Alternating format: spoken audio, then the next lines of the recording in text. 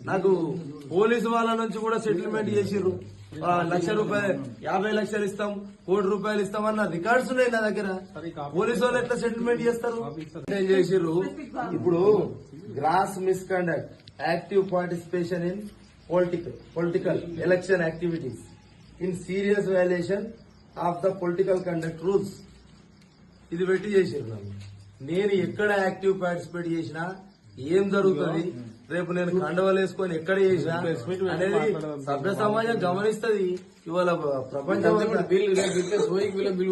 భారత రాజ్యాంగం రేపు వార్డులో ఉన్న 200 మంది వస్తారు సార్, 1000 మంది వస్తారు. నేను ఎక్కడ తిరిగినా ఎక్కడ ప్రచారం చేసినా అదే వార్డు ఓటర్లు వస్తారు సార్.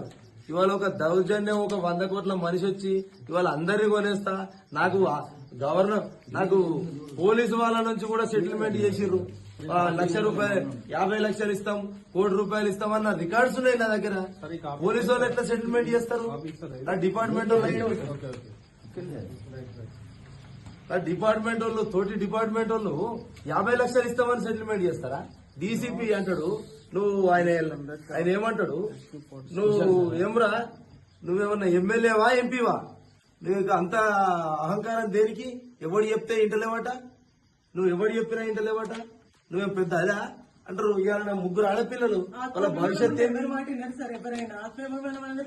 వాళ్ళ భవిష్యత్ ఏంది సార్? ఫ్యామిలీస్ పోటీ చేసే రైట్ లేదా? రాజ్యం ఇప్పుడు ఆమె హక్కుల ప్రకారం ఆమె వెళ్తుంది సార్. నేను పోటీ చేయడం తప్ప నేను చేస్తున్నానా? నేను ఎక్కడన్నా కండువలు వేసుకొని తిరుగుతున్నానా? లేకుంటే నేనేమన్నా ర్యాలీలలో పాల్గొంటున్నానా? లేకపోతే మంత్రులు వచ్చి చేస్తున్నారు ప్రచారము, ఎమ్మెల్యేలు వచ్చి చేస్తున్నారు, అధికార పార్టీ యంత్రాంగం వచ్చి చేస్తున్నది. నేనేమన్నా నా ఒక్కరికి భయపడాల్సిన అవసరం ఏంది గవర్నమెంట్ అంటున్నా? నేను అంత పెద్ద మనిషినా? సాధారణ కానిస్టేబుల్ నేను ఇవ్వాల. డబ్బులు లేవు సార్. నేను నాకు గేటు పెట్టుకుందామంటే పైసలు లేవు సార్. డబ్బుకు ప్రలోభపడతా.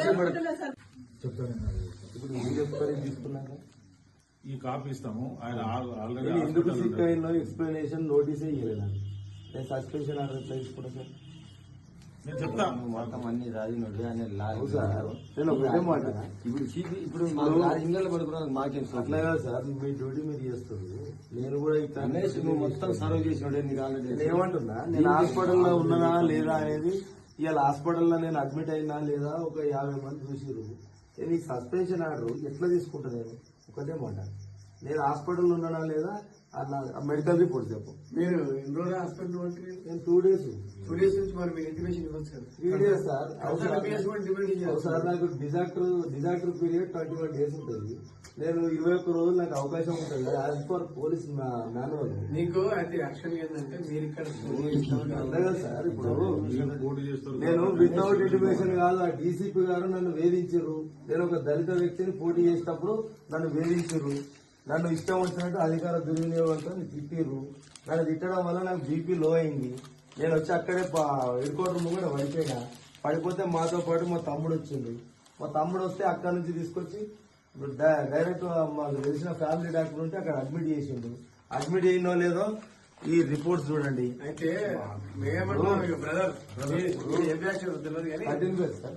బ్యాచ్ ఇప్పుడు ఇన్ఫెక్షన్ ఉన్నదా లేదా, ఏమైంది ఏంది ఇలా మీరు కన్సల్ట్ పిఎస్ కూడా మీరు పలానా టైంలో సిక్ లో ఉన్నాడు, కన్సల్ట్ పిఎస్ కూడా మీరు రిపోర్ట్ చేయొచ్చు. నేను మీకు తెలుసా సర్వీస్, మీకు రూల్స్ అండ్ రెగ్యులేషన్.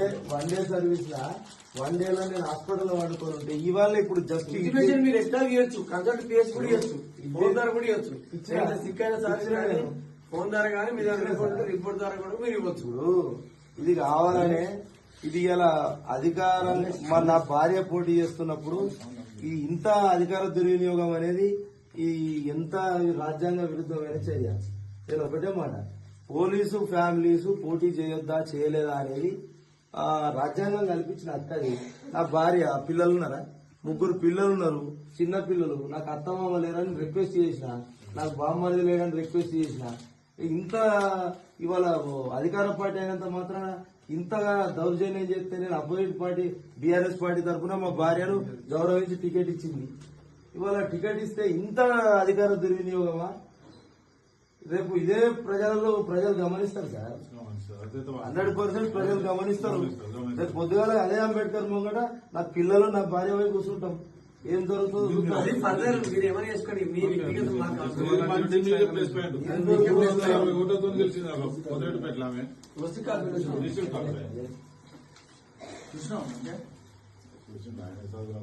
ఇంత వాల్యుయేషన్ సార్. 15th ఆగస్ట్ రోజు నేను బెస్ట్ ఎంప్లాయీ అవార్డు ఎట్లయితా, ఇవాళ నా భార్య పోటీ చేస్తే నేను సస్పెండ్ ఎట్లయితా?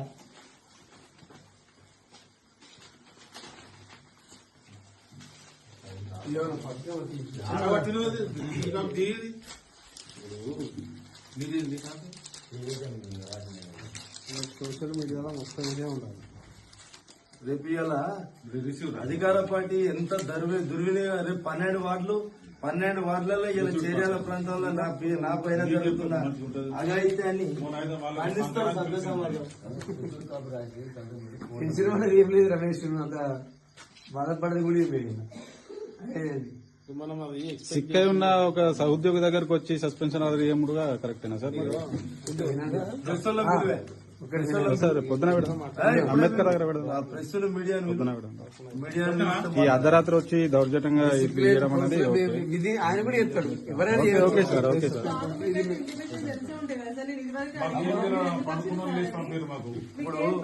ఏం పని ఉంది మా ఆయనతో అడిగినప్పుడు మరి చెప్పొచ్చు కదా సార్ మీరు.